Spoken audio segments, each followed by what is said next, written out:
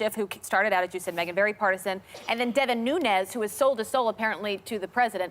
My issue is the hypocrisy of this whole thing. Like, if you were to turn on, I hate to say this, but if you were to turn on Fox, and this is a Democratic president doing this, they would be blaring the airwaves, blasting this with impeachment. Oh my goodness. So every Republican out there, when you are all for national security and country before party, which is what I thought we were as Americans, is it worth it? Is it worth it to lose your dignity? Is it worth it to lose your soul, to not even come out and say this is wrong? You don't have to say impeachment, but this is an abuse of power. This is not something we should stand by. Not everyone is there yet, by the way. Not everyone is saying that, which I struggle with. Well, the thing that gets me, that I want to hear, because growing up, I grew up knowing you didn't do that. The American president did not talk to foreign leaders, did not do that, did not say, hey, listen, I need some dirt on my friend. Whether he offered him anything, you don't do that as the president. You don't do it.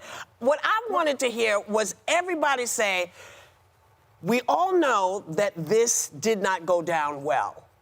American presidents, this is not what we expect. This is not what any of us, left, center, corner, whatever you believe, that's not the American president. That's not how the presidency works. If they had all started out with that and not with, you know, this is ridiculous, because it's not ridiculous. Right. The whistleblower, as we heard him say, he did the right thing. He saw something, he thought it wasn't right, and he went.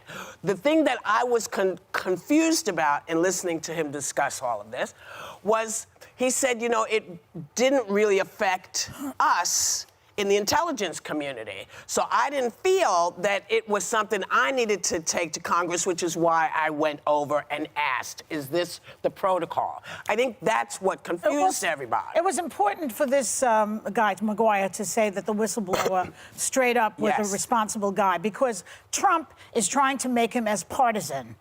And that he was a Democratic operative, this whistleblower. But we don't know. Well, he said that already without even knowing who he was. But I have two words for that. Linda Tripp.